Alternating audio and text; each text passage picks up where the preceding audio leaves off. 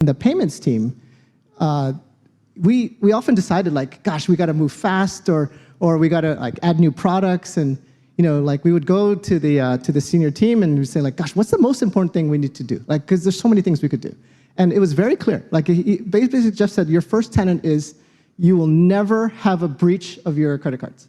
That's it. Like, so just by saying like the security is your first tenet, that's it. Like, it was super clarifying. It was just said like, if that's not taken care of, you don't get to do the next things, right? But by stating the tenets, and we would write it down, all our documents would start with our first tenet is security.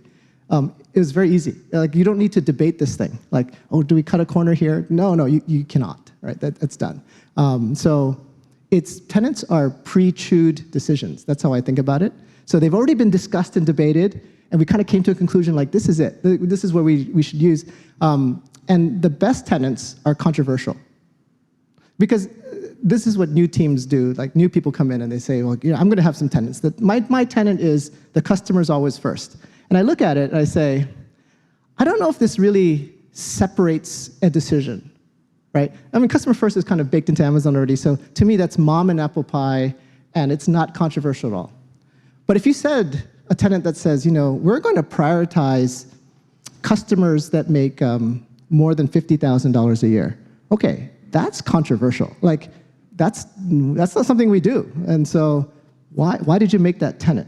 And there might be a reason behind it. Maybe this product is priced really high, so therefore that's the people that can afford it. Whatever it is, it doesn't matter.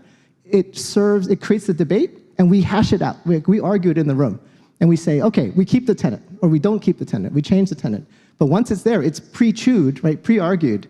So the next group never has to argue that tenet again. So culture, the strength of a culture is not about like good or bad. Like, I don't think about culture as good or bad. Like, you can argue that, hey, Amazon culture bad or Amazon culture good. That's not the debate for me. The debate is how consistently you apply your tenets or your leadership principles throughout the company until it hurts. And that last part really matters. It's easy to be values-based and mission-based in your everyday life, but it's very hard when it comes down to making hard choices, like using that to make a really tough choice. It's not actually, because everybody's got flaws, and I can, if you ask me what my flaws, I'll tell you in a minute.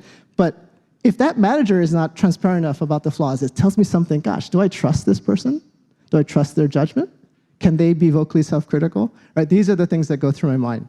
And so that changed my DNA, right? And I look for that in everyone I work with, my bosses, my peers, my team. When I recruit someone, I'm looking for vocally self-critical, because it's so foundational. Without that, you can't improve, right? You can't introspect, and you can't learn, and you can't change, because you're not open to it. Truth-seeking. Yeah, it's truth-seeking, and it's a vulnerability test too. You cannot do this in a company where you have a lot of fear.